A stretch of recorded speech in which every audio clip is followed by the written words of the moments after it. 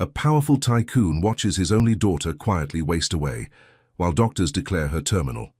Then a poor boy breaks into the hospital and whispers a sentence to her father that paralyzes everyone. "Turn off the machines, she'll wake up." The order seems absurd, but something in that innocent gaze breaks logic and shakes certainties. What happens next will surprise you.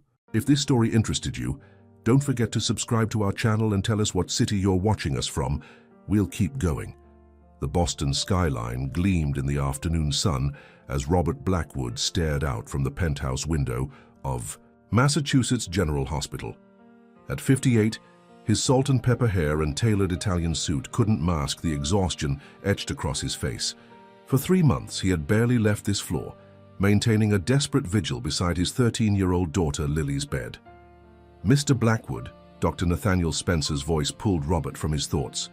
"We need to discuss Lily's latest test results." Robert's shoulders tensed.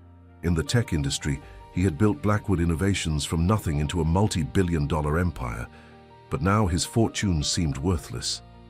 What good was money if it couldn't save the one person who mattered most? "Just give it to me straight, Nathaniel." The neurologist sighed, glancing at the chart in his hands. "There's no change. The coma remains profound, and her organs continue to deteriorate despite our interventions. I've consulted with specialists from Johns Hopkins and Mayo Clinic, but..." His voice trailed off. "But what?" Robert demanded. "We're running out of options. The life support is doing most of the work now." Rebecca, Robert's second wife of 2 years, placed a manicured hand on his shoulder. "Darling, perhaps we should consider what the doctor suggested last week, about making her comfortable." "No," Robert cut her off sharply. "I won't give up on her." Rebecca exchanged a look with Dr. Spencer that Robert missed, her perfect composure briefly faltering before she regained control. At 35, she was 23 years Robert's junior, a former pharmaceutical sales representative whose beauty had caught his eye at a charity gala 3 years after his first wife Carolyn's passing during childbirth. "I understand, Robert," Dr. Spencer said carefully, "but I feel obligated to prepare you for what's coming. Lily's condition is exceedingly rare. The neurological deterioration paired with systematic organ failure follows no known pattern. We've tried experimental treatments, but her body simply isn't responding." Robert turned back to the window, his reflection superimposed over the city he'd conquered in business. "I want another round of tests, different ones, something we haven't tried." "We've run everything twice," and Dr. Spencer began. "Then run them 3 times, Robert's voice echoed through the private wing. "Price is no object. Fly in anyone you need to. I don't care if they're in Tokyo or Timbuktu." The doctor nodded, though his eyes betrayed his resignation. "Of course, Mr. Blackwood." When Dr. Spencer left, Rebecca approached her husband carefully. "Robert, you need to rest. You haven't slept properly in days." "I can't leave her," he whispered, moving to Lily's bedside. The girl lay motionless, surrounded by blinking machines and tangled tubes. Her blonde hair, so like her mother's, spread across the pillow in stark contrast to her pallid skin. Just 3 months ago, she had been laughing, planning her 8th grade graduation. Now she resembled a porcelain doll, fragile and unmoving. "At least eat something," Rebecca insisted. "The chef sent over that wild-caught salmon you like." Later, his attention remained fixed on his daughter. "You should go home. Get some..." "Rest yourself." Rebecca hesitated. "Are you sure? I don't want to leave you alone." "I'm fine," he said dismissively. "Besides, someone needs to keep things running at home." When Rebecca finally departed, accompanied by one of their security detail, Robert sank into the chair beside Lily's bed. Only then did he allow his facade to crack, tears slipping silently down his weathered cheeks. "I don't know what to do. Lil," he confessed to his unconscious daughter, "I've thrown millions at this problem and nothing's changing." Outside the window, Boston continued its relentless pace. In Beacon Hill, the Blackwood mansion stood empty save for staff. The historic 5-story brownstone had once echoed with Lily's laughter, but now its elegant rooms were silent. Robert couldn't bear to sleep there while Lily remained hospitalized, so he'd converted an adjoining room in the hospital suite into a makeshift bedroom. His phone buzzed, another update from his company. Robert ignored it. Since Lily's collapse, he'd delegated most operations to his executive team, focusing solely on his daughter's recovery. A soft knock interrupted the quiet. "Mr. Blackwood?" A nurse entered carrying a tray of medication. "It's time for Lily's evening treatment." Robert nodded, watching as the nurse methodically administered injections and adjusted IV drips. Dr. Spencer had explained each medication's purpose: anticonvulsants, immunosuppressants, experimental nerve regenerators, a complex chemical ballet designed to fight whatever mysterious ailment was consuming his daughter. "Has Dr. Richardson been by today?" Robert asked, referring to the specialist Rebecca had recommended shortly after Lily fell ill. "Yes, sir. He adjusted her medication protocol this morning while you were meeting with the hospital board." Robert frowned. He didn't recall authorizing any changes. "What adjustments?" "I believe he increased the dosage of the experimental compound," the nurse replied, checking the chart. "It's all documented here." Dr. James Richardson had become Lily's primary physician at Rebecca's insistence. As the former head of neurology at Boston Medical and a frequent consultant for pharmaceutical companies, his credentials were impeccable. Rebecca had known him professionally before meeting Robert and had vouched for his expertise when Lily first showed symptoms: unexplained fatigue, cognitive confusion, and eventually seizures that led to her current state. After the nurse left, Robert scrolled through his tablet, reviewing Lily's medical file. The technical terminology swam before his tired eyes. Despite his intelligence, he couldn't make sense of the increasingly complex treatment plan. He relied on the experts, trusted them with the most precious thing in his world. As night fell over Boston, Robert dozed fitfully in the recliner beside Lily's bed. In his dreams, Caroline appeared, her face twisted with worry, trying to tell him something he couldn't quite hear. He jolted awake, disoriented, to find Rebecca standing in the doorway. "I thought you went home," he said, straightening. "I couldn't leave you here alone," she replied, setting down a leather overnight bag. "I brought fresh clothes and had the chef prepare some meals." She approached Lily's bed, adjusting the blanket with practiced care. "Any changes?" Robert shook his head. Rebecca's expression softened with sympathy. "Dr. Richardson called me. He thinks we should consider transferring Lily to his private research facility in Vermont. He believes the mountain air and specialized equipment might help." "Vermont? That's hours away." "It's a beautiful facility, very exclusive. Only the most desperate cases, and he's had remarkable success rates." Robert hesitated, torn between hope and skepticism. "I'd want to see it first." "Of course," Rebecca said smoothly. "We could fly up tomorrow. The helicopter could get us there and back before evening." Robert looked back at Lily, searching for any sign of improvement in her still features. "I'll think about it." Rebecca nodded, squeezing his shoulder gently before retreating to the adjoining room.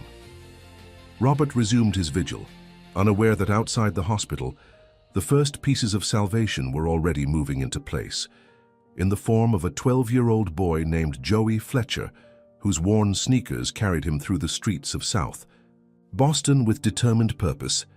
Joey Fletcher dribbled his makeshift soccer ball, a bundle of rags secured with duct tape, through the narrow alley behind Commonwealth Avenue. At 12, he was small for his age, with a mop of unruly brown hair and eyes that had seen too much too soon. The worn Red Sox cap he wore had been his father's, now one of the few possessions he cherished after his parents had lost their apartment following his dad's workplace injury. Home was now the Southside Community Shelter, where Joey and his parents occupied a small room meant for temporary stays that had stretched into months. His father worked odd jobs when his back permitted, while his mother cleaned offices at night. Joey contributed by collecting recyclables after school, turning in cans and bottles for deposit money that helped buy groceries. "Hey, Joey," called Marcos, one of the shelter volunteers.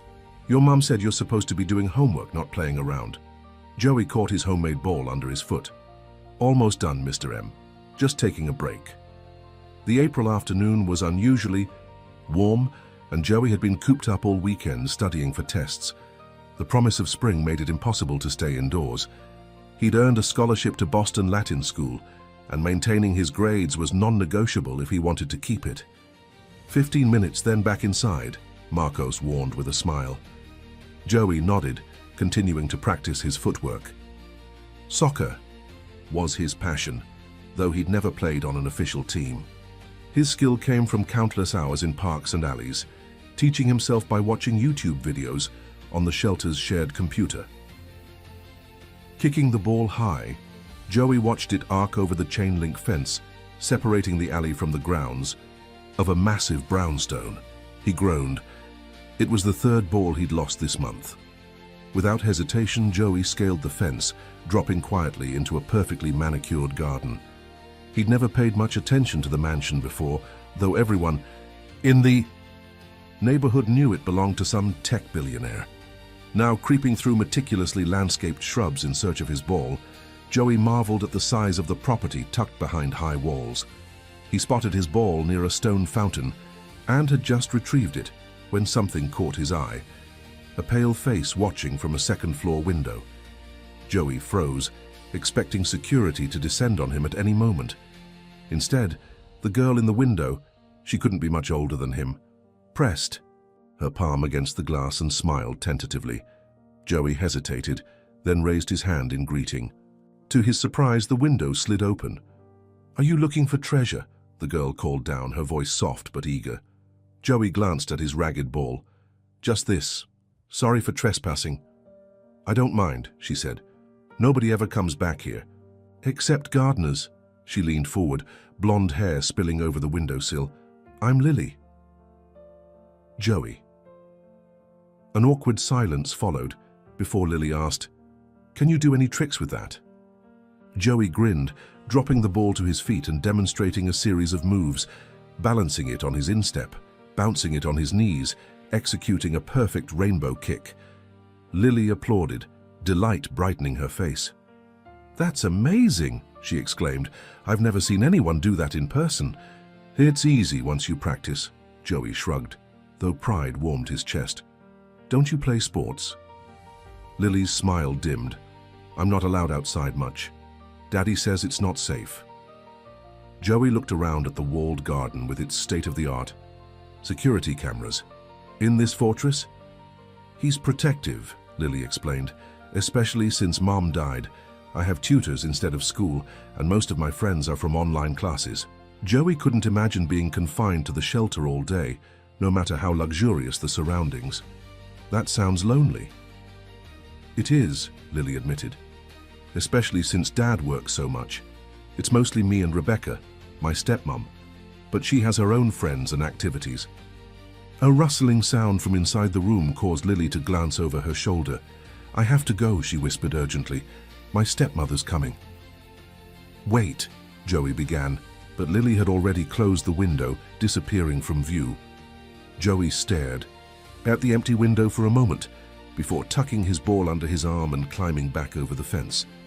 As he walked back to the shelter, he couldn't shake the image of Lily's face, eager for connection yet somehow fragile, like a bird in a gilded cage. The next day after school, Joey found himself drawn back to the mansion. He told himself he was just taking a shortcut, but his steps slowed as he approached the garden wall. He was about to continue on when he heard his name called softly. "Joey? Is that you?" Lily stood in a small side door built into the garden wall, a book clutched to her chest. "How'd you know I'd come this way?" Joey asked, surprised. "I didn't," Lily admitted. "I've been checking every few minutes since lunch. Rebecca's at her spa appointment, and the housekeeper is busy with the delivery men upstairs." She glanced around nervously before adding, "Do you want to come in just for a little while?"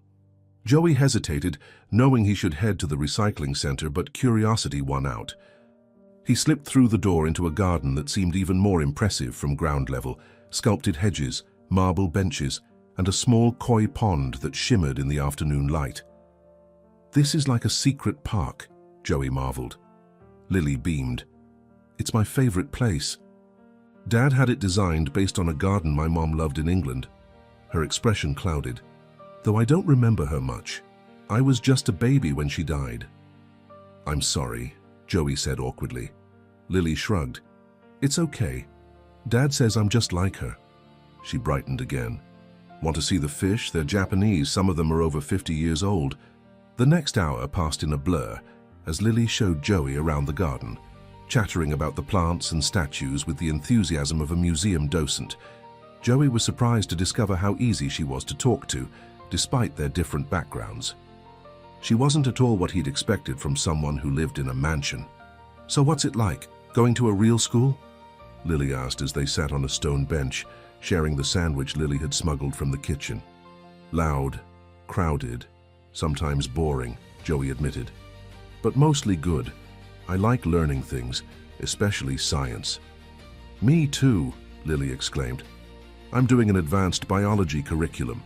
My tutor says I could probably skip ahead to high school level next year. As they talked, Joey noticed how Lily occasionally lost her train of thought or searched for words that seemed to elude her.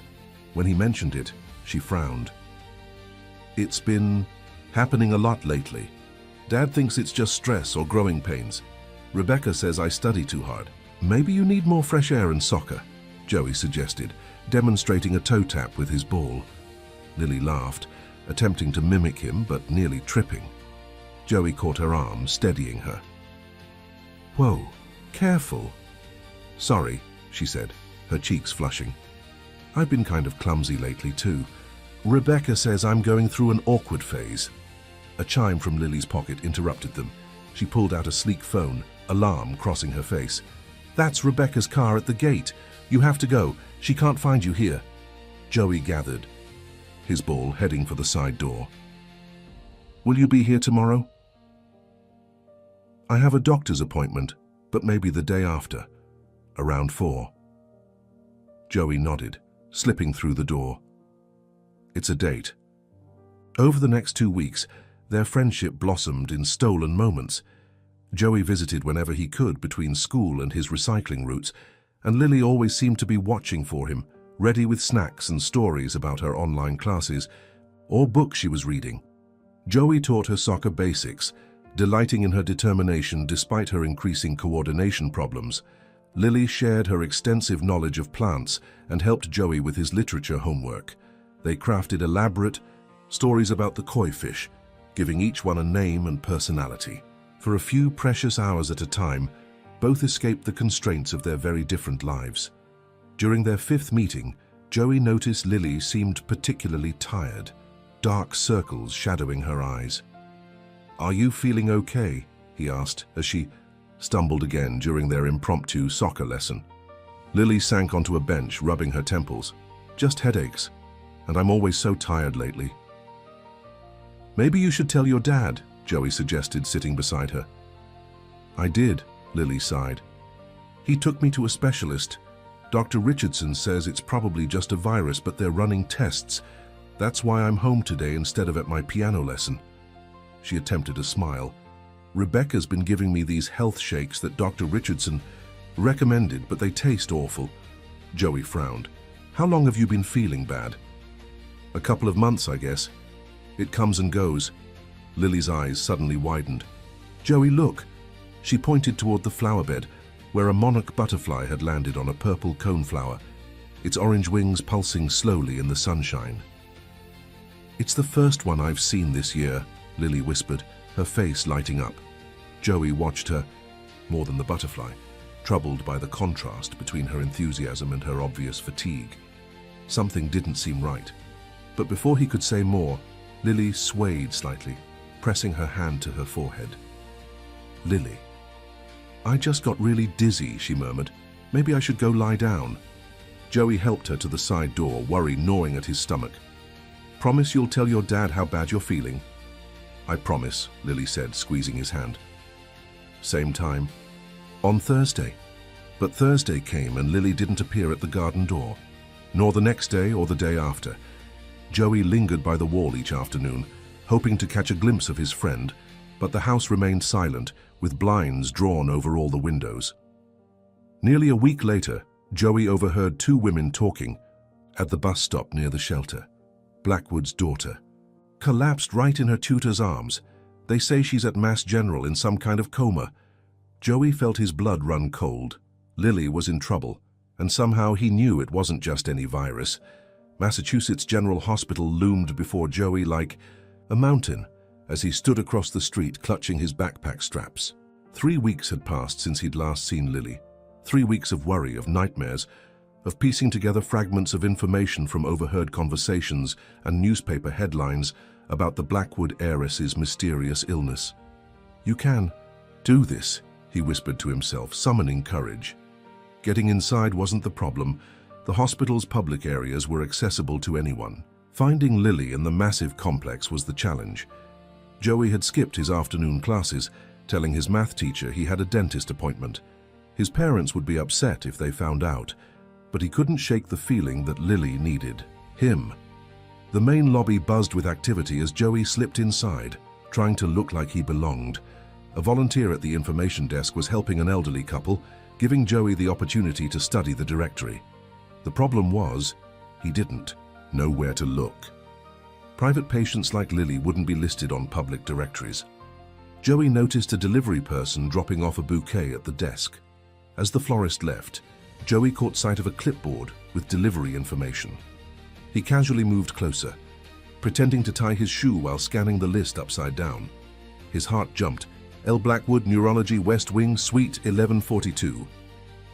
Taking a deep breath, Joey headed for the elevators. He pressed the button for the 11th floor, his stomach knotting as the doors closed. The elevator was crowded with doctors and visitors who paid no attention to a kid in a Red Sox cap and faded Boston Latin sweatshirt. The doors opened onto a hushed corridor with plush carpeting and muted lighting, clearly not a standard hospital floor. A sign indicated he had entered the VIP wing. Joey walked purposefully, as if he knew exactly where he was going, passing a nurse's station where staff were focused on computer screens. Suite 1142 was at the end of the hall, guarded by a broad-shouldered security officer who sat on a chair outside, scrolling through his phone. Joey hesitated, his plan faltering. He couldn't just walk past security. Ducking into a supply closet, Joey considered his options. As he stood thinking, the door opened and a hospital worker entered, startled to find someone inside. "Sorry," Joey stammered. "I got lost looking for the bathroom." The woman pointed him toward the public restrooms, and Joey thanked her, an idea forming. He made his way to the cafeteria on the ground floor, purchasing a small bouquet of daisies from the gift shop with money saved from his recycling work. Returning to the 11th floor, Joey now carried the flowers and a card he'd quickly filled. "Out, get well soon, Lily, from your classmates at Boston Academy." He'd heard Lily mention the exclusive private school during one of their conversations, the one her father wanted her to attend once she finished with tutors. This time, Joey approached the security guard directly. "Excuse me, sir," he said, politely. "I'm delivering these to Lily Blackwood from her classmates." The guard looked him over. "ID badge?" Joey's heart sank, but he maintained his composure. "I don't work for the hospital. Mrs. Peterson from Boston Academy asked me to drop these off since my mom works here." The lie came smoothly, born of desperation. The guard seemed to waver, glancing at the innocent bouquet and the earnest-looking boy. "Please," Joey added. "Her classmates really miss her." Something in Joey's expression must have convinced him. "Fine, but make it quick." Her father stepped out for a business call and the stepmom's at some charity thing. Nurses inside, though. Joey nodded gratefully, his pulse racing as the guard knocked on the door. A nurse opened it, and the guard explained about the delivery. The nurse, looking harried, waved Joey in. "Just set them on the side table. I need to get some supplies from the cart down the hall. Don't touch anything, and don't wake her if she's sleeping." Joey nodded, stepping into the room as the nurse hurried out. The opulent suite bore little resemblance to a hospital room despite the medical equipment. Designer furniture, artwork, and a wall of windows overlooking Boston created the atmosphere of a luxury hotel. And there, in the center of it all, lay Lily. Joey's throat tightened at the sight of his friend. Lily looked impossibly small amidst the tangle of tubes and wires. Her skin had a grayish cast, and her blonde hair lay limp against the pillow. Monitors beeped steadily, tracking vital signs that meant nothing to Joey but suggested a life hanging by technological threads. "Lily?" he whispered, approaching the bed. There was no response, not even a flicker of her eyelids. Joey set down the flowers and reached for her hand, shocked at how cold it felt. "It's me, Joey. I don't know if you can hear me, but I've been really worried about you." The only sound was the rhythmic beeping of machines. Joey continued, his voice breaking slightly. "The garden misses you. I checked on it yesterday, snuck in the same way as before. The butterfly bush is starting to bloom, and I saw 2 monarchs. Remember when you said they were your favorites?" Still nothing. Joey swallowed hard. "The koi are okay too. I even remembered their names: Emperor, Sunset, and Freckles." He attempted a smile. "Freckles still comes right up to the edge when you approach, just like you showed me." Joey fell silent, watching Lily's chest rise and fall with mechanical precision.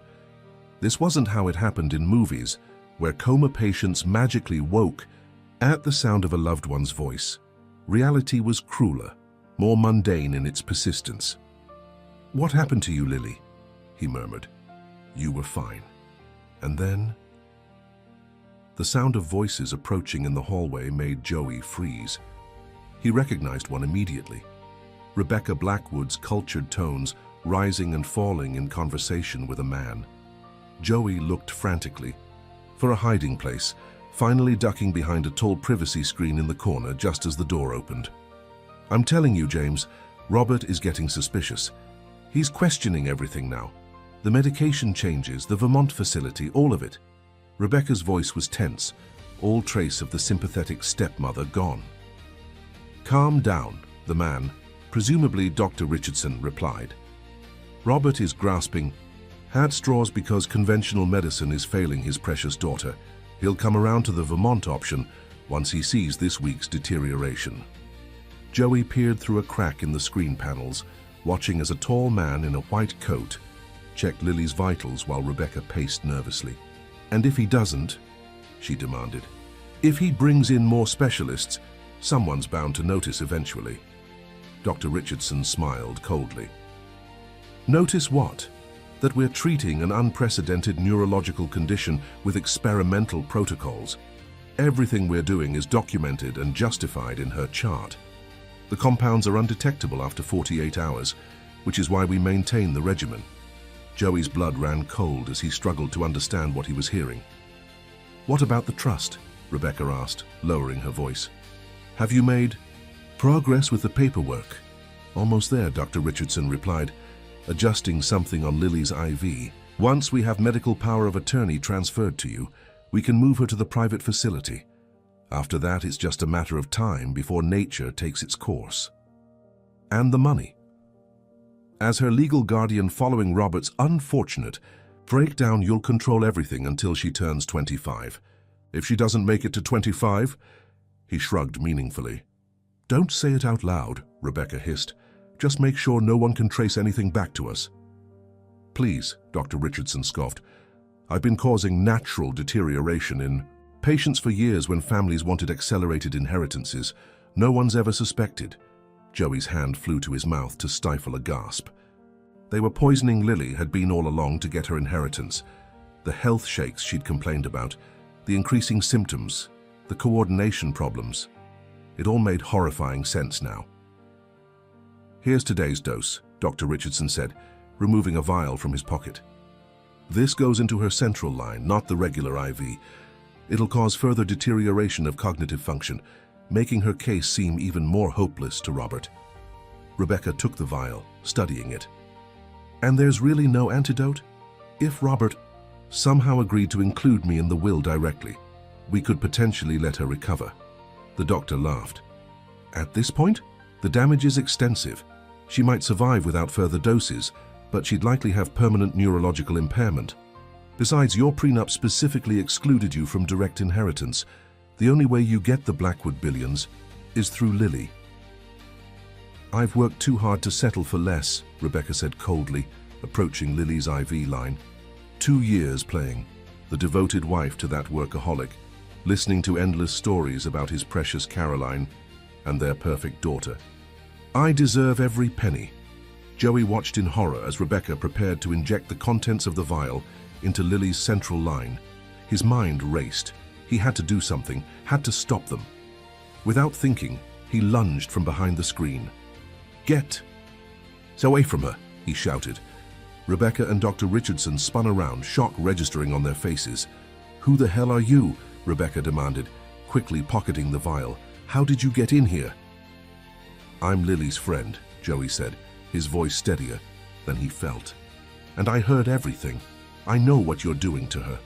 Dr. Richardson recovered quickly, his expression shifting to professional concern. "Young man, I don't know what you think you heard, but this is a seriously ill patient requiring specialized medical care. You need to leave immediately before I call security." "Go ahead," Joey challenged even as fear coursed through him. "Call them. I'll tell them how you're poisoning Lily to steal her money. I'll tell Mr. Blackwood too." A dangerous glint appeared in Rebecca's eyes. No one would believe a trespassing child over a respected neurologist and the patient's stepmother. Particularly not a child who clearly doesn't belong in this hospital wing. "It doesn't matter if they believe me," Joey bluffed. "They'll investigate. They'll test Lily for whatever you've been giving her." Dr. Richardson stepped toward Joey, his friendly doctor persona completely gone. "The compounds I use metabolize quickly and mimic natural disease processes. No standard test would detect them." "James," Rebecca warned, glancing nervously at the door. "Not here." Joey backed toward the door, realizing the danger he was in. These people had been slowly killing Lily for money. They wouldn't hesitate to harm him too. "I'm leaving," Joey said, reaching for the door handle. "But I'm telling Mr. Blackwood everything." "I don't think so," Dr. Richardson said, moving with surprising speed to block the door. "Rebecca, call security. Tell them we caught a thief trying to steal medication." Rebecca reached for the phone, a cruel smile playing on her lips. With his background, who would believe him over us? Joey's eyes darted around the room, looking for another escape route. The windows were sealed shut, and the only door was blocked by the doctor. Then, his gaze fell on Lily, so vulnerable in her bed, fighting for her life while these monsters plotted her demise. In that moment, Joey made a decision. He might not be able to escape, but he could still save Lily. "Wait," Joey said, raising his hands. "Before you call security, you should know I'm not the only one who knows." It was a desperate lie, but Joey maintained eye contact with Rebecca, whose finger hovered over the call button. "What are you talking about?" Dr. Richardson demanded. "I recorded everything you just said," Joey continued, tapping his backpack, "and it's already uploaded to cloud storage. If I don't check in with my friend in 20 minutes, he'll send it to the police and Mr. Blackwood." Rebecca's eyes narrowed. "You're bluffing."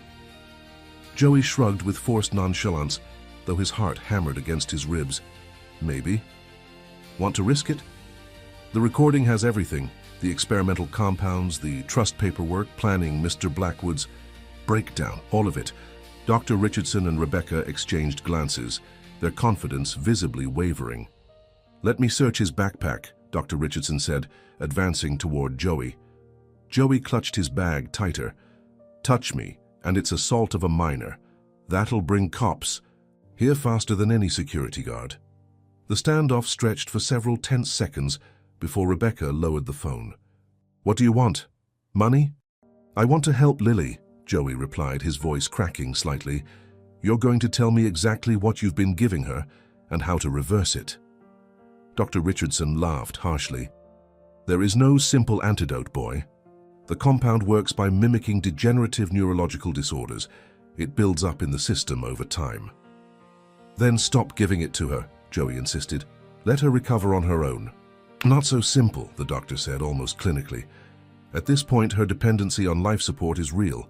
We need to wean her off gradually, and even then, recovery isn't guaranteed." Joey felt sick.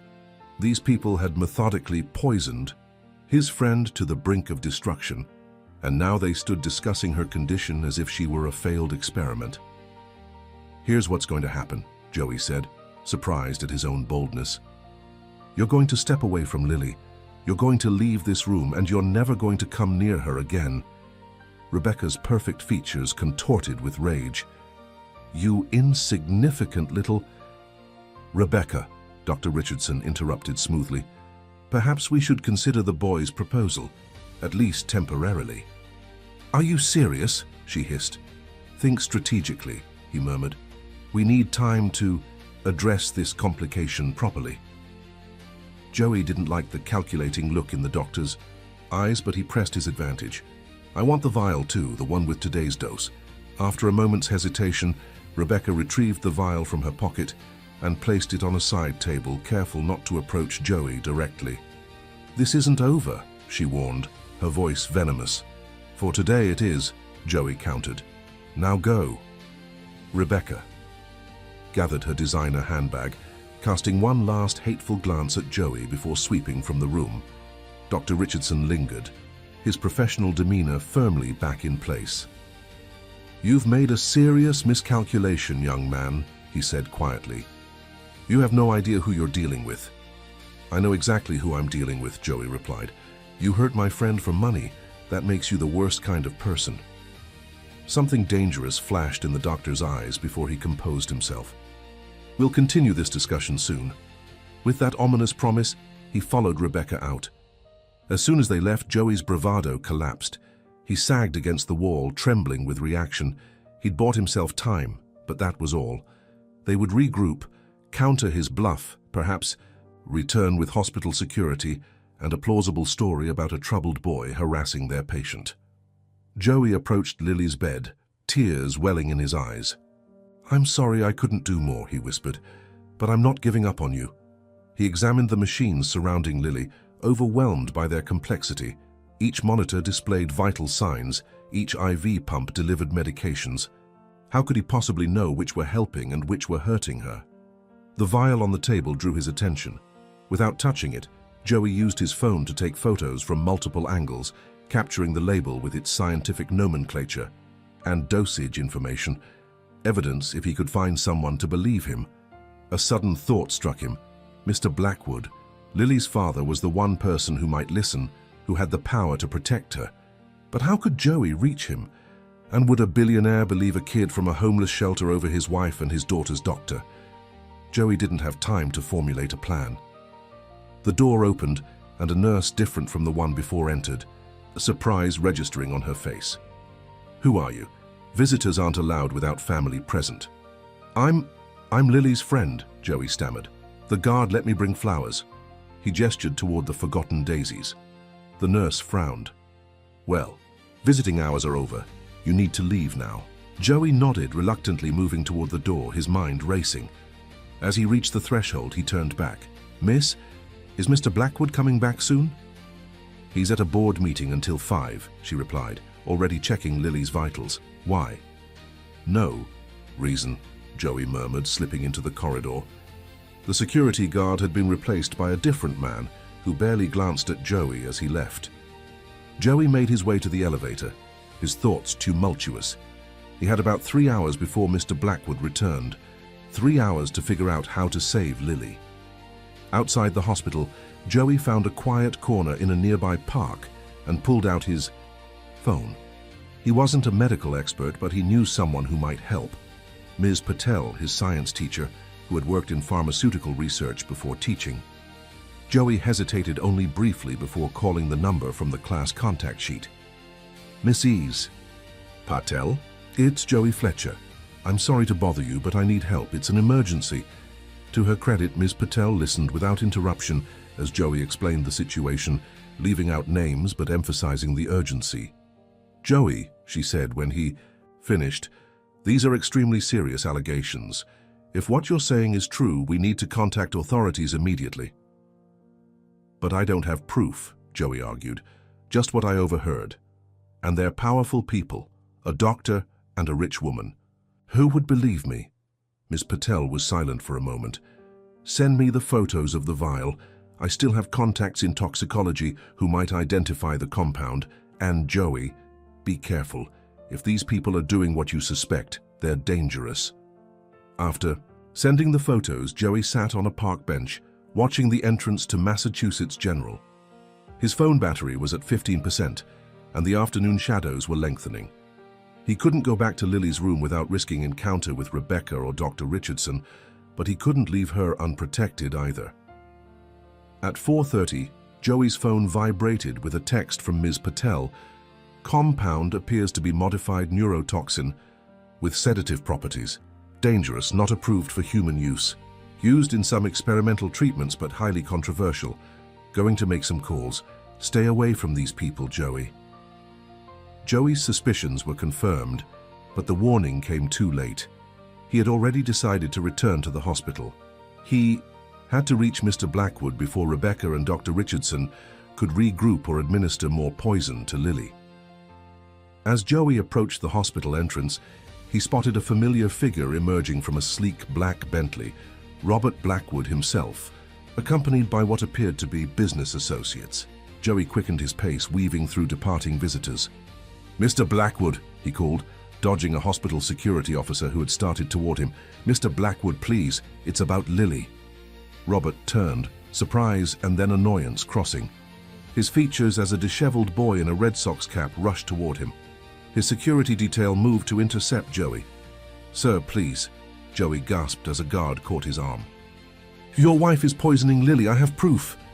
Something in Joey's desperate expression must have penetrated Robert's composure. He raised a hand, stopping his security team. "What did you say about my daughter?" he asked, his voice dangerously quiet. "Your wife and Dr. Richardson are poisoning her," Joey repeated, breathless. "I heard them talking. They want her inheritance. They've been making her sick on purpose." Disbelief, anger, and then a flicker of something else, doubt, crossed Robert's face. "That's a very serious accusation, young man." "I know," Joey acknowledged. "But I'm Lily's friend. I used to visit her in your garden. Ask her about Emperor Sunset and Freckles, the koi fish. She'll tell you, if she wakes up." Robert studied Joey intently, the professional mask slipping, to reveal the anguished father beneath.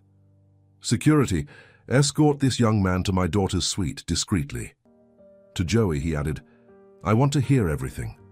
But if you're wasting my time or playing some kind of twisted prank—" "I'm not," Joey promised.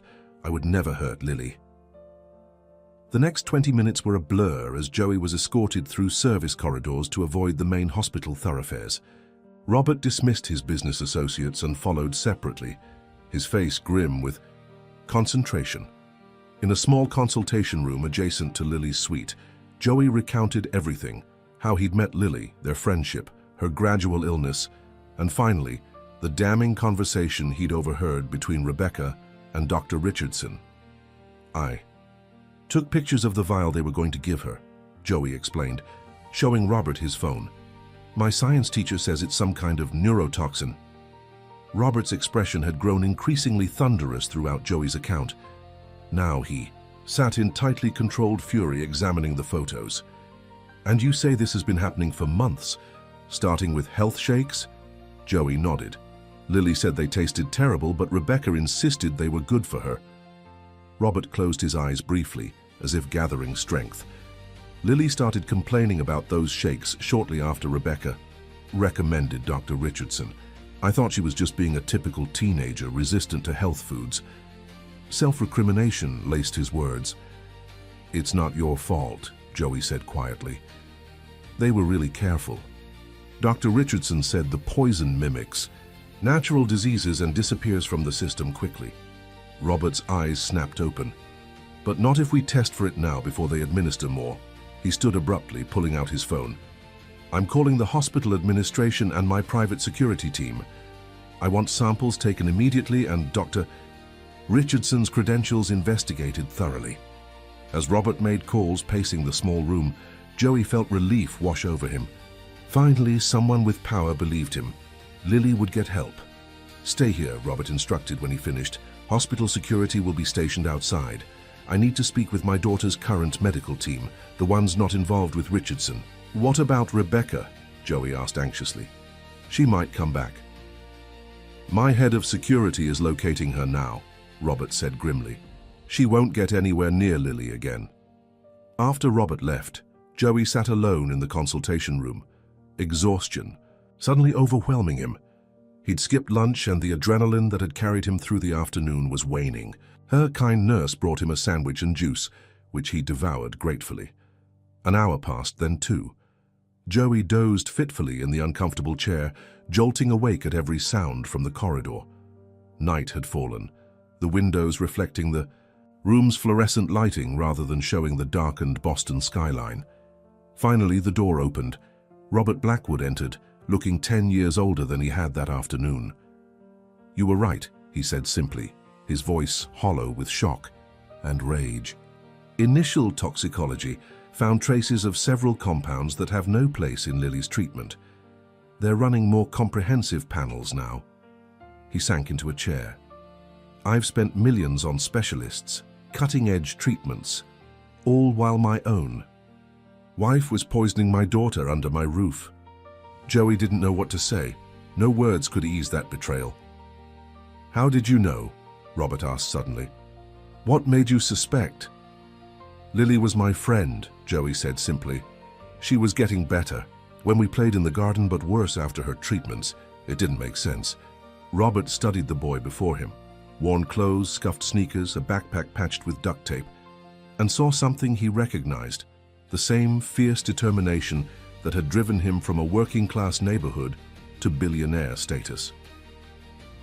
"You risked a lot coming here today," Robert observed. "Those people could have hurt you." Joey shrugged. "Lily would have done the same for me."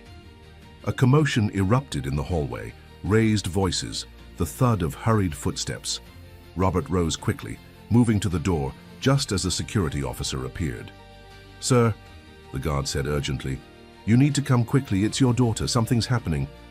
Robert sprinted down the corridor with Joey close behind, ignoring the protests of hospital staff. They burst into Lily's suite to find a team of medical personnel surrounding her bed, their movements urgent but controlled. Alarms blared from multiple monitors as a doctor barked orders. "What's happening?" Robert demanded, his voice cutting through the chaos. Dr. Spencer turned, his expression grim.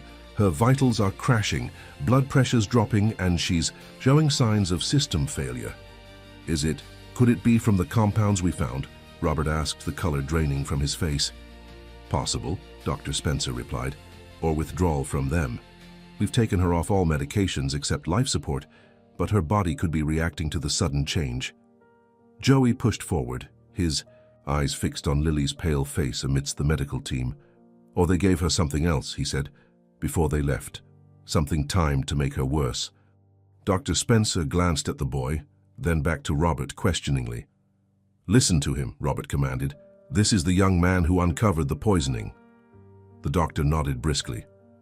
"What do you mean, something else?" Dr. Richardson kept saying the compound was undetectable after 48 hours. Joey explained, the words tumbling out. "What if they gave her something with a delayed reaction, something to make her worse if anyone discovered what they were doing?" A new voice joined the conversation, a woman in a lab coat who had been examining Lily's central line. "The boy might be right. Look at this residue around the port. It's crystalline, not like normal medication precipitate." Dr. Spencer moved to examine it, his expression darkening. "I want a full toxicology panel, stat, and get Dr. Levine from poison control up here immediately." As the medical team worked, Robert placed a hand on Joey's shoulder, steering him toward a corner of the room. "You should go home, Joey. Your parents must be worried sick."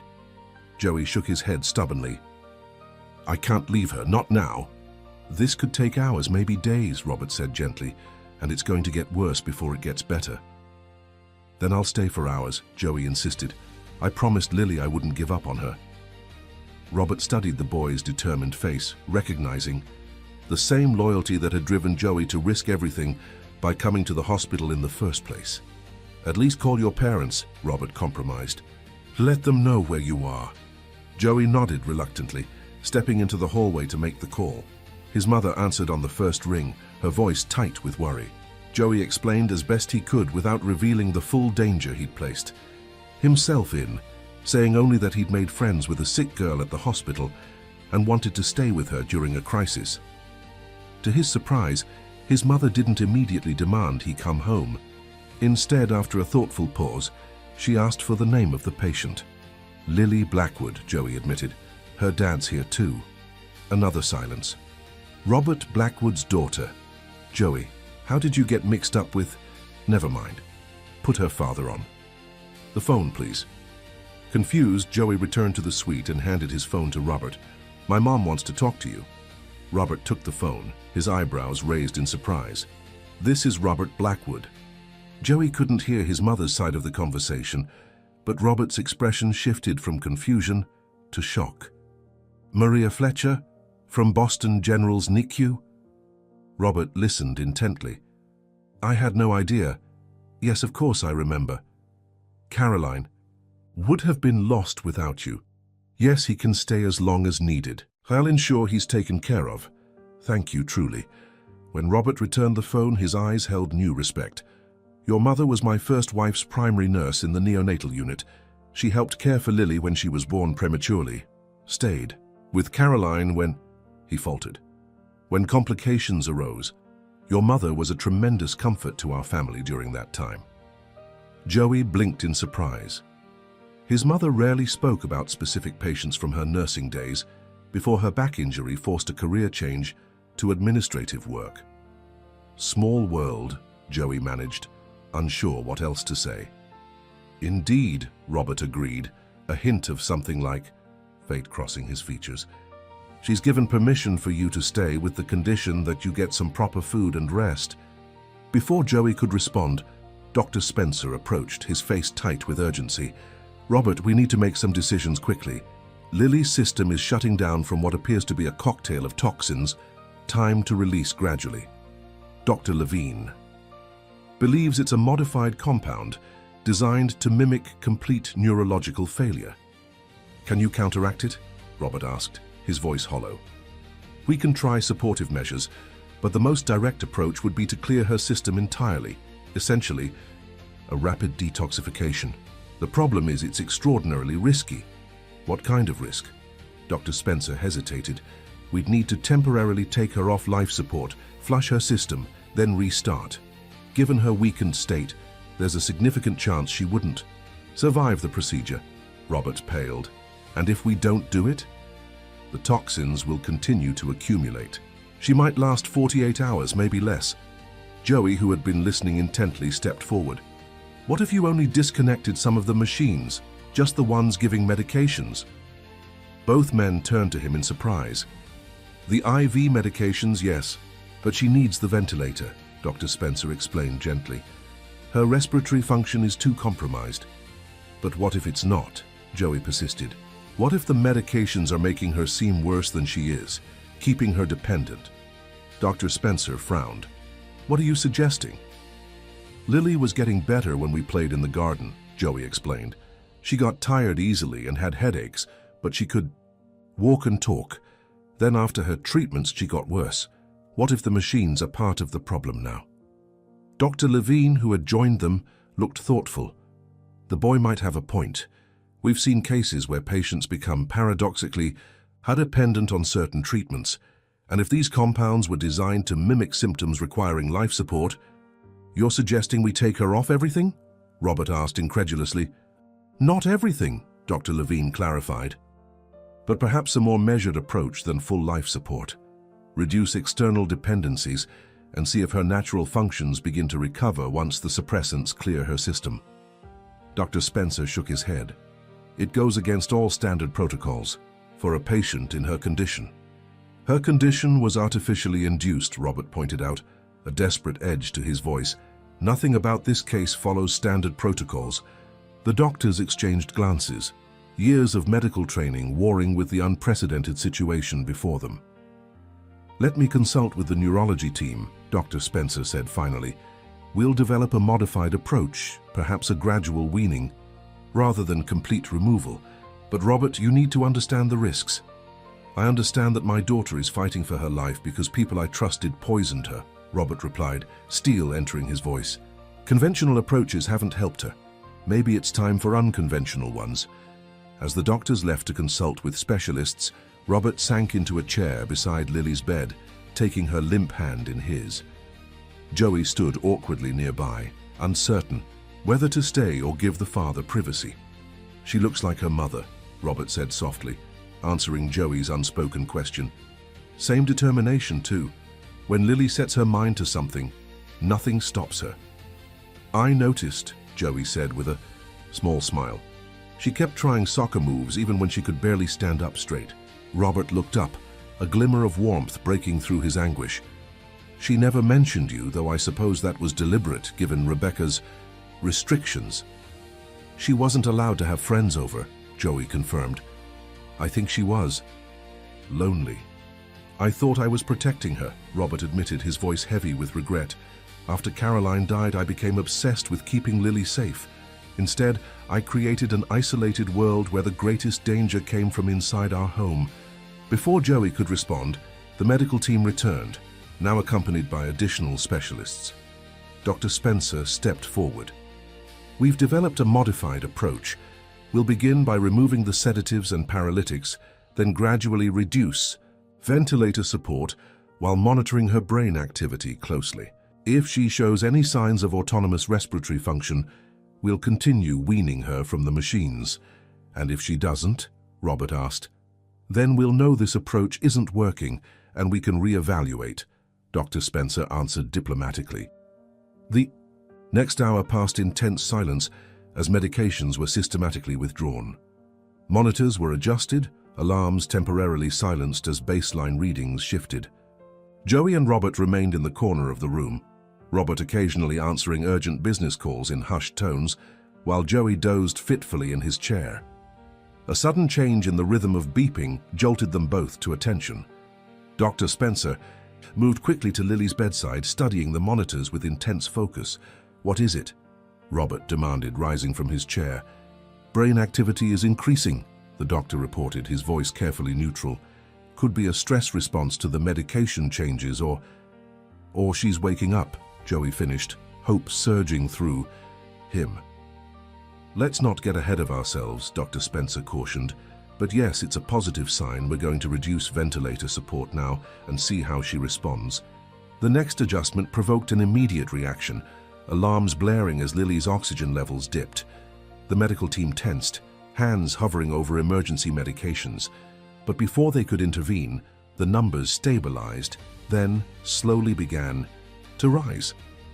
"She's initiating breaths," a respiratory therapist announced, surprise evident in her voice.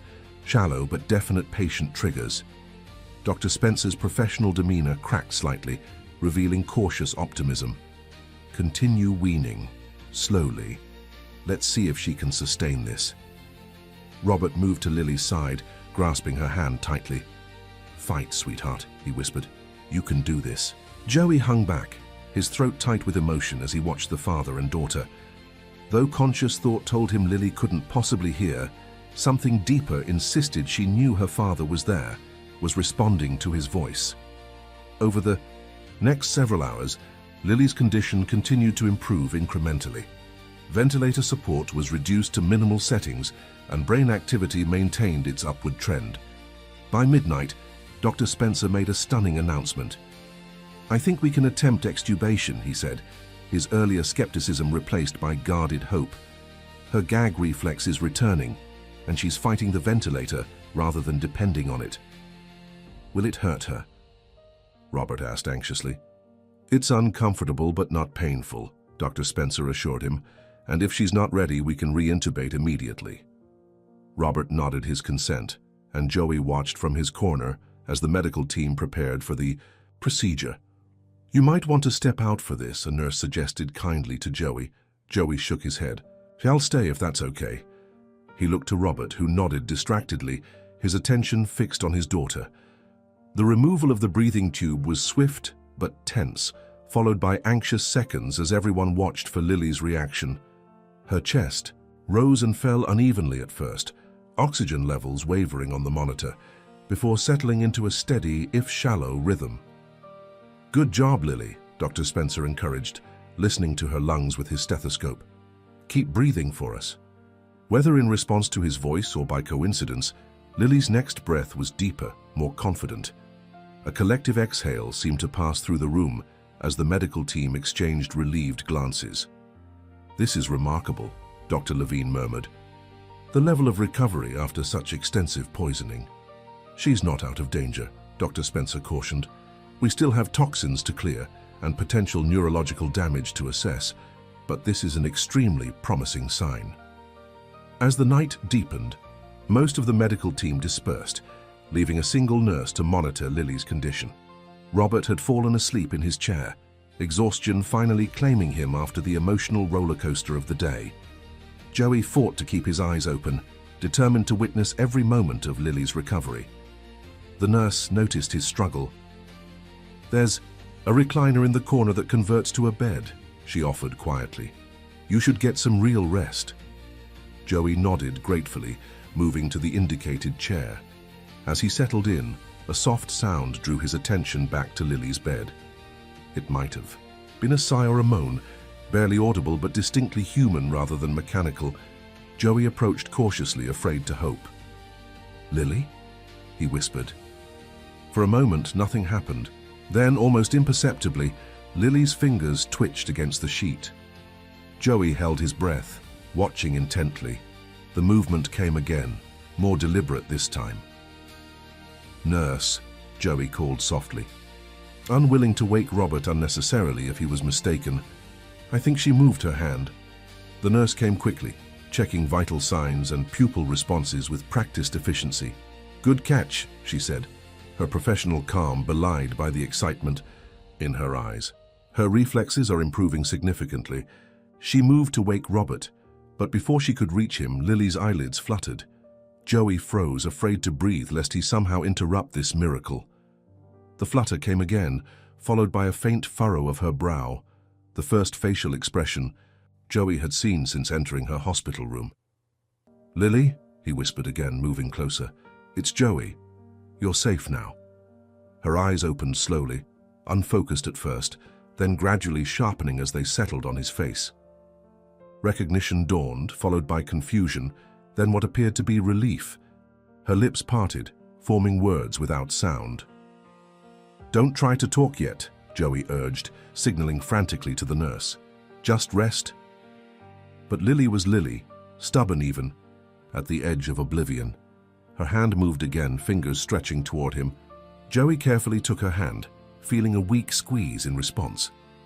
"Joey," she managed, the word barely audible, her voice raw from the breathing tube. The nurse was checking monitors, paging Dr. Spencer, adjusting oxygen flow, but Joey noticed none of it. All he could see was Lily, awake and alive, saying his name like it was the only word that mattered. Robert Blackwood awoke with a start, momentarily disoriented by the unfamiliar surroundings. The events of the previous day crashed back into his consciousness. Rebecca's betrayal, the poisoning, Joey's revelations. He straightened in his chair, wincing as his neck protested the awkward sleeping position, and looked toward Lily's bed. "What ho?" he saw stopped his heart. Lily's eyes were open. She was looking at Joey, who sat beside her, talking in hushed tones. A nurse stood nearby, adjusting monitors and making notes on a tablet, a smile playing at her lips. "Lily?" Robert whispered, afraid that speaking too loudly might shatter this miracle. His daughter turned toward him, her movements slow but unmistakably deliberate. Her eyes, Caroline's eyes, focused on his face, recognition dawning. "Dad?" She rasped, the single word carrying more emotion than any speech could convey. Robert was at her side in an instant, tears flowing freely down his face as he took her hand. "Oh God, Lily, you're back, you're really back." Dr. Spencer entered the room, alerted by the nurse's page, and paused in the doorway at the scene before him. Professional caution warred with genuine amazement on his face as he approached the bed. "Well, this is unexpected," he said, recovering his composure. "Welcome back, Lily." The next few hours passed in a whirlwind of medical assessments. Lily drifted in and out of consciousness, but each time she woke, she seemed more present, more herself. She couldn't speak much, her throat raw from intubation and her strength depleted, but her eyes communicated volumes, following conversations and responding to questions with nods or hand squeezes. By mid-morning, A neurologist had completed preliminary tests and reported cautious optimism. Her responses are remarkably good, considering what her system has been through, she explained to Robert. We're still detecting traces of the compounds, but her liver function is strong, which is helping with clearance. What about long-term effects? Robert asked, the question he'd been dreading. It's too early to say definitively, the neurologist replied honestly, but the fact that she's recognizing faces, responding appropriately to stimuli, and initiating communication are all extremely positive indicators. I wouldn't rule out a full recovery. As medical staff cycled through the room, Joey remained in his corner, occasionally stepping into the hallway when procedures required privacy. Robert noticed how Lily's eyes tracked the boy whenever he moved, how she seemed most at ease when he was nearby. During a brief lull in the medical interventions, Robert approached Joey. You should go get some breakfast, he suggested. The hospital cafeteria is decent and it's on me. Joey hesitated, glancing toward Lily, who had dozed off again. She'll still be here when you get back, Robert assured him, reaching for his wallet. And you need to keep your strength up. Joey nodded reluctantly, accepting the $20 bill Robert pressed into his hand. I won't be long. After Joey left, Robert returned to Lily's side, studying his daughter's face as she slept. The grey pallor had receded somewhat, and her breathing was steady and natural. It seemed impossible that just 12 hours earlier, doctors had been warning him to prepare for the worst. Mr. Blackwood? A hospital administrator appeared in the doorway, accompanied by two serious-looking men in suits. These gentlemen are from the Boston Police Department. They need to speak with you regarding the situation with your wife and Dr. Richardson. Robert nodded grimly, stepping into the hallway to avoid disturbing Lily. What's the status? We've apprehended Dr. Richardson at his residence, the older detective reported. He was attempting to leave town. As for Mrs. Blackwood, we've issued an APB, but she hasn't been located yet. What do you mean she hasn't been located? Robert demanded, keeping his voice low but intense. She has access to our properties. Our accounts. Her access has been frozen per your legal team's instructions, the detective assured him. And we have officers monitoring all Blackwood properties. She can't get far. Robert wasn't convinced.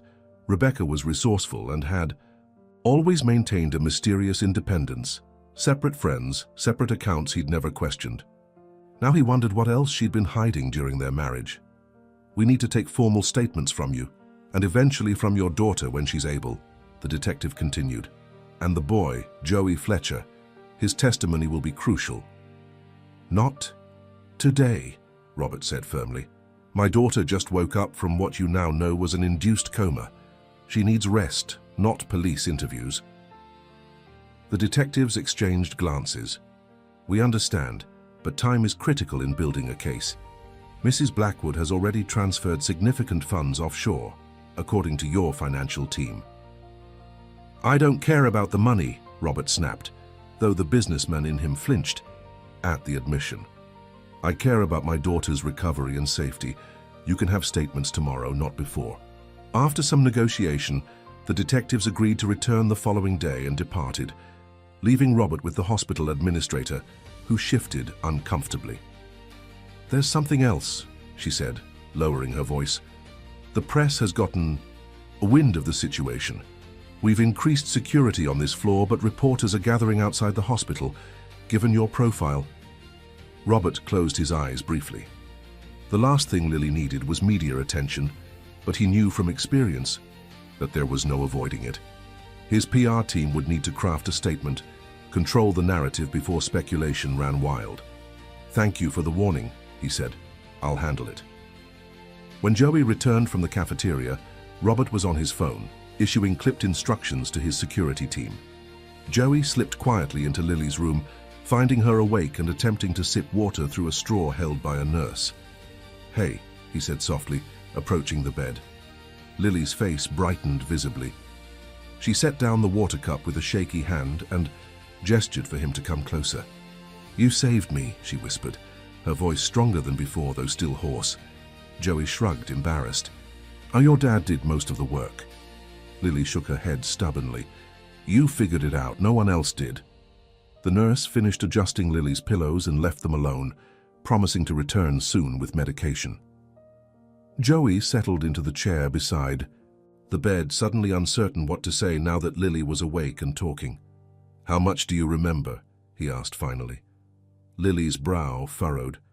Pieces. Being tired all the time. The garden. You teaching me soccer. A shadow crossed her face. Rebecca giving me those awful drinks. After that, just darkness. Voices sometimes, but they seemed far away. She hesitated. I heard you, I think, talking about the koi fish.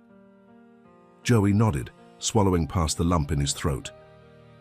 I wanted to give you something familiar to hold onto. A comfortable silence settled between them, broken only by the muted beeping of monitors and the distant sounds of hospital activity. Lily seemed content just to have Joey nearby, and he felt oddly protective, unwilling to leave her side despite his rumpled clothes and growing exhaustion. Robert returned, tucking his phone away with a weary sigh. The press is having a field. Tay, he reported, attempting a smile for Lily's benefit. But don't worry about that now. How are you feeling, sweetheart? Better, Lily replied, reaching for her father's hand. Not so foggy anymore. Robert's composure cracked slightly at her touch. I'm so sorry, Lily. I should have known something was wrong. I should have protected you better. It's not your fault, Dad, Lily insisted, wisdom beyond her 13 years evident in her gaze. She fooled everyone. Not everyone, Robert said, glancing at Joey with undisguised gratitude. Before the conversation could continue, Dr. Spencer entered with several colleagues, apologizing for the interruption, but insisting on additional neurological tests while Lily was alert. Reluctantly, Robert and Joey stepped into the hallway to give the medical team space. You look exhausted, Robert observed, studying Joey's pale face and shadowed eyes. Why don't you go home? Get some real rest. I can send a car for you later. Joey shook his head stubbornly. I want to stay. Robert recognized the same determination he'd seen the day before, the unwavering loyalty that had brought Joey to the hospital in the first place. At least let me arrange for some clean clothes and a proper meal, he compromised, and you should call your parents again. Joey nodded agreement to these reasonable requests. While Robert made arrangements, Joey updated his parents, who were both relieved to hear about Lily's improvement and increasingly curious about their son's involvement in the Blackwood family crisis. Joey kept his explanation vague, promising details when he returned home. By early afternoon, Lily had completed another round of tests, each showing remarkable improvement. She managed a few bites of hospital food, making faces that drew laughter from both Joey and Robert, and was allowed to sit up in bed for short periods. The doctors say I might be able to go home in a week if I keep improving, she told Joey excitedly during a quiet moment. Not that I'm in a hurry to go back to that house. Your dad will find a new place, Joey assured her, somewhere without those memories. Lily nodded thoughtfully. Maybe somewhere with a garden and a soccer field, she added with a small smile. The peaceful moment was interrupted by a commotion in the hallway, raised voices, hurried footsteps. Robert, who had stepped out to take a call, burst back into the room, his face taut with alarm. Rebecca's been spotted in the hospital, he reported tersely. Security is searching the building, but I want additional guards here immediately. Fear flickered across Lily's face. She's coming for me. No one's getting near you, Robert promised, already on his phone, summoning his private security team. Joey, stay with Lily. I'm going to coordinate with hospital security.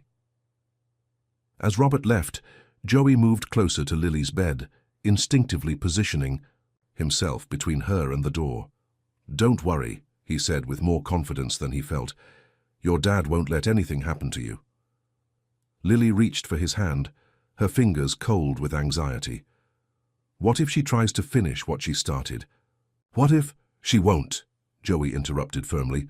There are cameras everywhere, guards at every entrance. She'd be crazy to try anything. But as the words left his mouth, Joey remembered the calculating look in Rebecca's eyes, the cold determination as she prepared to poison Lily. Crazy didn't seem like the right word for Rebecca Blackwood.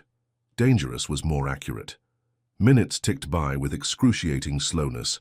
Hospital security implemented a lockdown protocol for the VIP wing, checking the ID of every staff member entering the floor.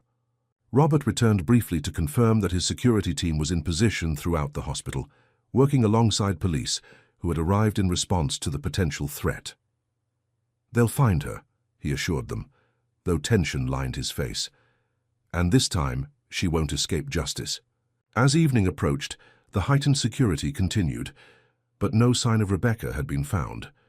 Some officers speculated that she might have fled upon realizing the hospital was on alert, while others suggested the sighting might have been mistaken. Lily, exhausted by the day's events and medical procedures, eventually drifted into sleep despite her anxiety.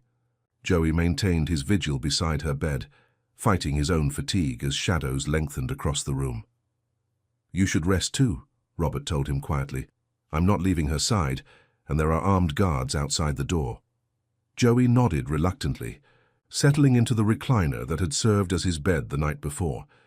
Despite his determination to stay awake, exhaustion soon claimed him, pulling him into a deep sleep.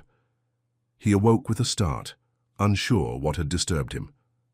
The room was dim, illuminated only by the muted glow of monitors and a small lamp near Lily's bed.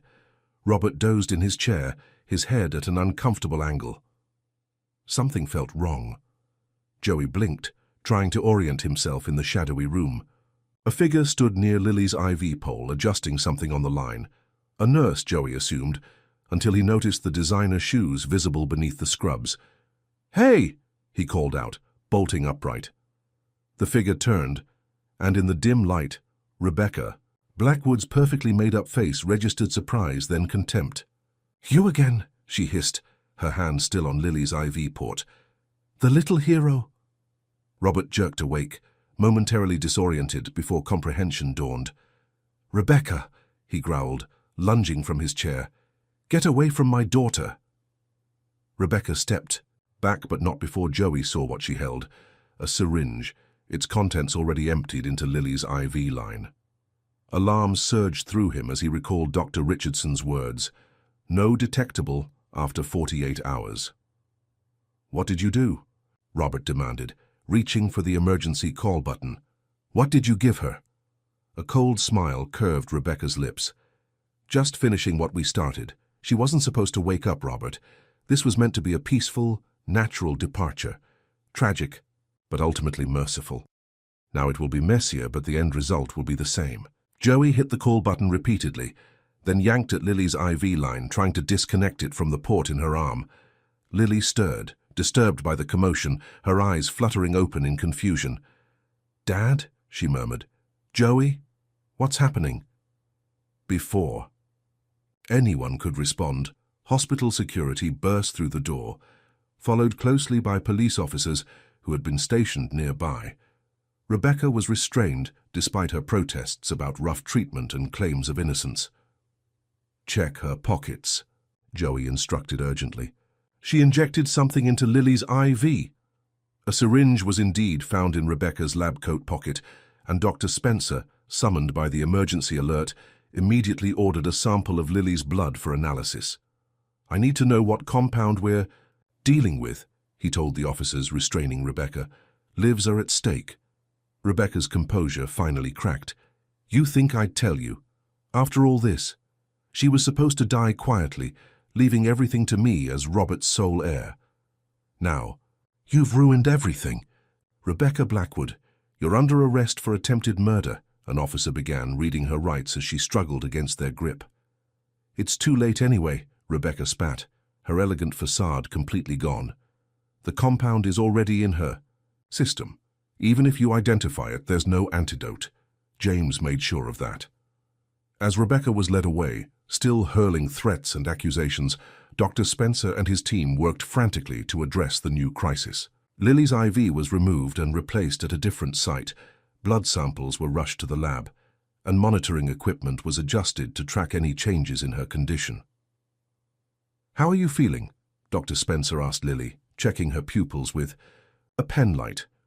"The same, I think," she replied, her voice steadier than Joey would have expected given the chaos. "Should I feel different?"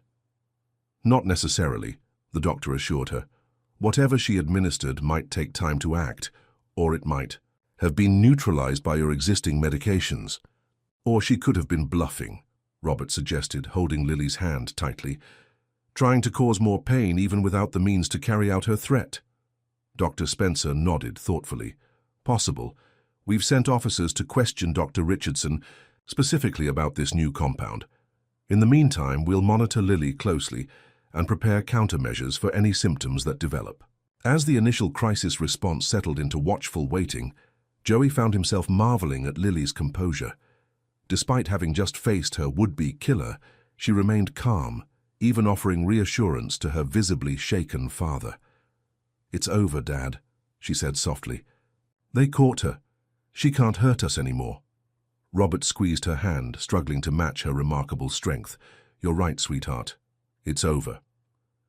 But as Joey watched the medical team preparing emergency medications and additional monitoring equipment, he wondered if Rebecca's final act of vengeance might yet claim its victim.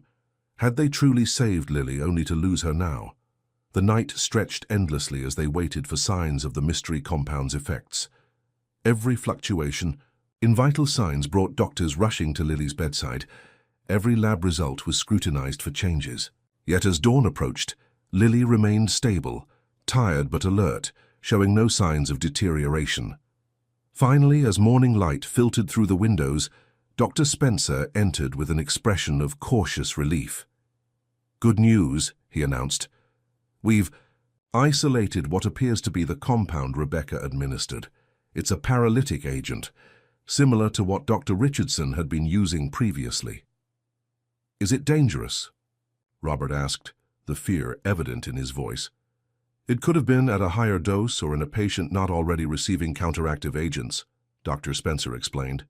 "But the blood levels are low, and more importantly, Lily's been on a regimen, specifically designed to flush toxins since yesterday. The compound appears to be clearing her system without causing the intended effect."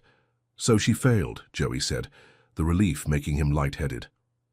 "It appears so," Dr. Spencer confirmed. "We'll continue monitoring closely, but I believe the immediate danger has passed." As the doctor continued explaining the technical details to Robert, Joey caught Lily's eye. She smiled, a real smile, not the weak approximation she'd managed earlier, and mouthed two words: "We won."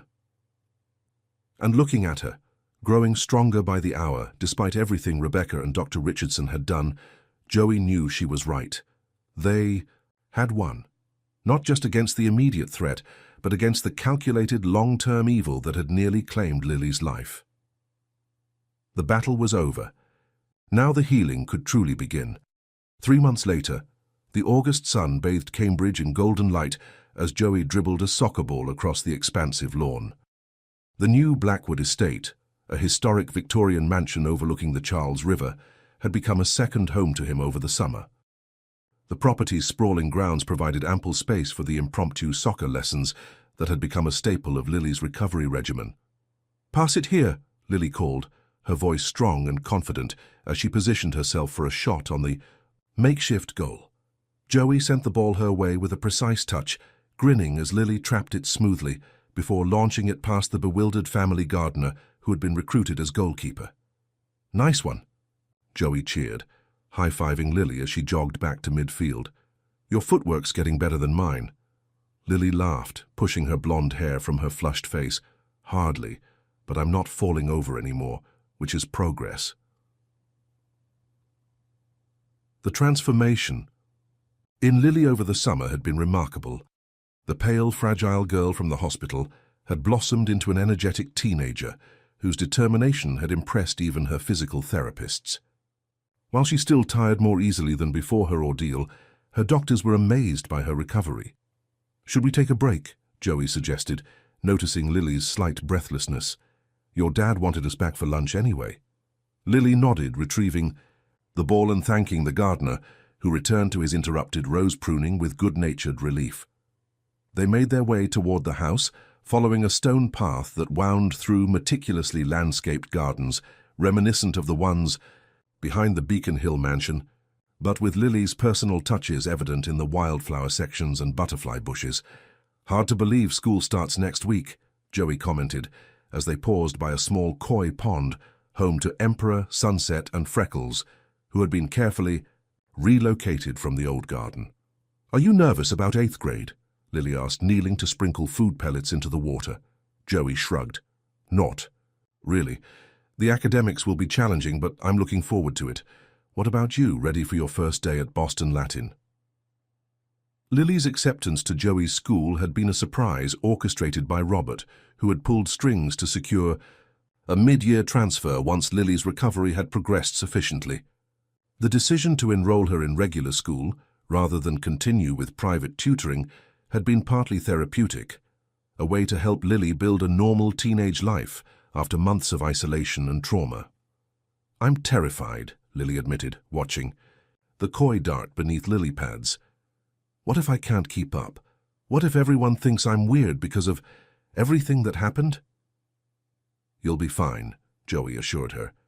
"The teachers are tough but fair, and most kids are too wrapped up in their own drama to worry about yours.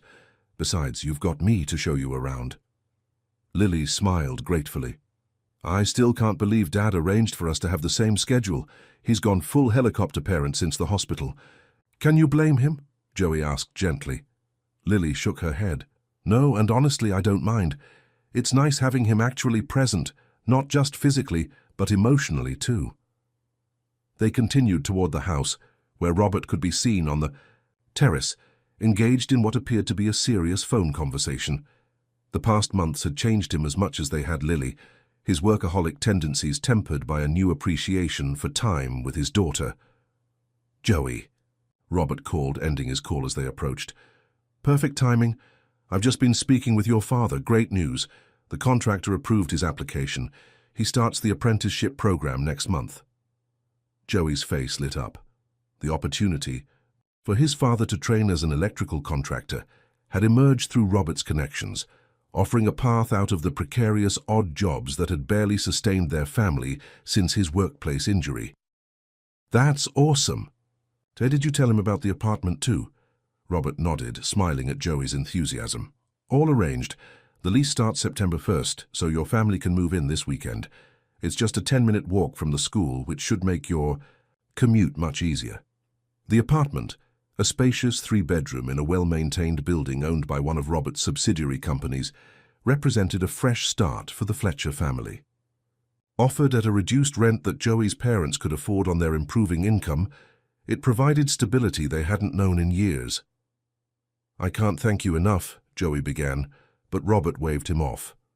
"Please, Joey. After what you did for Lily." "What you did for our family, this is nothing." Lily squeezed Joey's arm supportively. Both knew that Robert's generosity stemmed not just from gratitude, but from a genuine desire to help. In the weeks following Lily's recovery, Robert had delved into Joey's background, discovered the family's struggles, and quietly set about creating opportunities rather than simply offering charity. "Lunch is ready," announced Mrs. Winters, the housekeeper, from the terrace doorway, "and Miss Maria has arrived as well." Joey's mother emerged onto the terrace, dressed in scrubs from her new position at Massachusetts General's administrative office, another opportunity that had materialized through Robert's influence, but that she had earned through her own qualifications and experience. "Mom, Dad got the apprenticeship," Joey called, bounding up the steps to hug her. Maria Fletcher smiled warmly. "I just heard. Your father's over the moon, already talking about what tools he'll need." She turned to Robert. "I can't thank you enough for the recommendation. This changes everything for him." "James Fletcher is exactly the kind of person the program needs," Robert replied sincerely. "Experienced, hardworking, eager to learn new skills." The recommendation was easy to make. As they settled around the table for lunch, the conversation flowed easily between updates on Rebecca and Dr. Richardson's pending trial, Lily's school, preparations, and the Fletcher family's upcoming move. "The prosecutors are confident," Robert explained, responding to Maria's question about the case. "The evidence is overwhelming, not just from Lily's poisoning, but from at least 2 other patients they've identified who died under suspicious circumstances while under Richardson's care." "Will Lily need to testify?" Maria asked, her nursing background giving her particular insight into the medical aspects of the case. They don't think so, Robert replied, glancing at his daughter with protective concern. Joey's testimony about what he overheard, combined with the physical evidence and Rebecca's attempted final attack at the hospital, should be sufficient. Lily had remained largely shielded from the legal proceedings, though she had given a deposition about her experiences with the health shakes and medication. The media frenzy had eventually subsided, replaced by occasional updates as the case progressed toward trial. After lunch, while Robert and Maria discussed the logistics of the upcoming move, Joey and Lily retreated to the music room, where Lily had recently resumed piano lessons. "Want to learn a duet?" she offered, patting the bench beside her. Joey laughed. "I can barely tell which key is which. You'd be better off teaching a cat." "Everyone starts somewhere," Lily insisted. "I'll show you the basics, and you can show me that rainbow kick again later." Joey relented, settling beside her on the bench as she patiently demonstrated finger positions for a simple melody. Her enthusiasm was contagious, and soon Joey found himself awkwardly but determinedly picking out notes. "Not bad for a first try," Lily encouraged. "You've got good rhythm from soccer. That helps with timing." "I'll stick to sports," Joey replied, good-naturedly. "But it's cool watching you play. You're really talented." Lily's expression turned thoughtful. "You know what I realized recently? When I was sick before the hospital, when Rebecca was first giving me those shakes, I stopped playing piano.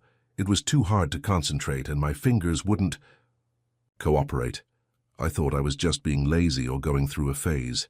"You couldn't have known what was happening," Joey said gently. "I know, but it makes me appreciate being able to play even more now." She ran her fingers lightly over the keys. "Every time I sit here, it feels like a victory over her. Like I'm reclaiming something she tried to take away." The maturity in Lily's perspective struck Joey anew. Despite her age and the trauma she'd endured, Lily had emerged not just surviving but growing, finding meaning and strength in her recovery that many adults would struggle to achieve. Their moment of reflection was interrupted by Robert, who appeared in the doorway with an expression of barely contained excitement. "I have a surprise for both of you," he announced. "Come to my study." They exchanged curious glances before following him down the hall to the wood-paneled room lined with books and technology. On Robert's desk sat two leather-bound folders, each with a name embossed in gold. "What is this?" Lily asked, picking up the folder with her name. "Open it," Robert urged, watching them expectantly. Inside each folder was an identical document, legal paperwork with complex terminology, but a clear title, the Blackwood Fletcher Scholarship. "Foundation. You're starting a scholarship?" Joey asked, scanning the document with growing confusion. "That's cool, but why are our names on it?" "Because it's your foundation," Robert explained, his voice thick with emotion. "Funded with an initial endowment of $10 million and designed to support children who demonstrate exceptional character and determination despite challenging circumstances." Lily looked up from the papers, her eyes wide. "You're putting us in charge of a foundation?" "Eventually, yes," Robert nodded. "For now, it will be professionally managed with input from both of you. But when you turn 18, you'll become full voting members of the board, with the authority to direct its activities." Joey stared at the document in disbelief. The Fletcher name alongside Blackwood on a multi-million-dollar foundation. It seemed impossible, yet the paperwork in his hands confirmed it. "But why?" he managed finally. Robert's expression softened. "Because what happened between you two, the friendship you built across such different backgrounds, the loyalty that ultimately saved Lily's life, that deserves to be honored and replicated. This foundation will identify young people with that same spirit and give them opportunities they might otherwise never receive." Lily embraced her father, tears shining in her eyes. "It's perfect, Dad. Thank you." Joey remained stunned, the magnitude of Robert's gesture slowly sinking in. This wasn't just a thank you, it was a legacy, a path forward that honored what had brought them together while creating something entirely new. "The first scholarships will be awarded next spring," Robert continued, his arm around Lily. "You'll both help review applications and select recipients. I thought it might give purpose to what you've been through, transforming a painful experience into something that helps others." I don't know what to say, Joey admitted. This is incredible. Robert clasped his shoulder warmly. You don't need to say anything, just use it well. That's all I ask. Later that evening, as Joey prepared to leave with his mother, Lily walked them to the front door. The setting sun cast long shadows across the driveway where Maria's used sedan, recently purchased with Robert's help, waited beside the Blackwood family's luxury vehicles. See you tomorrow for that history project? Lily confirmed, hugging Joey goodbye. Definitely, he agreed. I'll bring my notes from last year's class. Ms. Henderson recycles her assignments, so we'll have a head start. As Maria chatted briefly with Robert about final moving arrangements, Lily pulled Joey aside. I've been thinking, she said quietly, about everything that happened, how if you hadn't found me in the garden that day, if we hadn't become friends. Don't, Joey interrupted gently. We can't think about what might have happened. I know, Lily nodded, but I just wanted to say, you didn't just save my life, Joey. You gave me a real friend when I needed one most. Even before the hospital, even before you knew anything was wrong, that matters just as much. The simple sincerity of her words touched Joey deeply. You were my friend too, you know. When you showed up at that garden door every day excited to see me, no one had ever looked forward to my company like that before. Their conversation was interrupted by Maria calling that it was time to go. With a final wave, Joey followed his mother to the car, his mind already half planning tomorrow's history session with Lily. As they drove away from the Cambridge estate, Maria glanced at her son with a knowing smile. You've come a long way from throwing that ball over the garden wall. Joey laughed, watching the Blackwood house recede in the side mirror. Yeah, who would have thought a makeshift soccer ball would change so many lives? Back at the house, Lily stood on the front steps beside her father, waving until the Fletcher's car disappeared from view. The evening air carried the scent of late summer flowers and distant rain, promising change as September approached. They're good people, Robert observed, his arm around Lily's shoulders. The best, Lily agreed, leaning into her father's embrace. Together, they turned back toward their home. Not the cold, isolated mansion where Lily had once been held captive by circumstance and malice, but a warm, vibrant household gradually filling with friends, music, and genuine connection. In the garden, butterflies drifted lazily over the wildflowers Lily had planted, while in the pond, koi with names and personalities swam contentedly through clear waters. Inside, rooms once dominated by Rebecca's sterile perfection now reflected Lily's emerging tastes, colorful throw pillows, soccer trophies from summer camp, framed photos of Lily with Joey and their growing circle of friends. As father and daughter disappeared into the house, the setting sun illuminated the scene one last time before slipping below the horizon, not an ending, but a promise of brighter days ahead. The darkness that had nearly claimed Lily's life had been vanquished not by wealth or power, but by the simplest yet strongest of human connections: true friendship. In its place grew something rare and precious, a bond between two families, forged in crisis but destined to thrive in peace. And through the foundation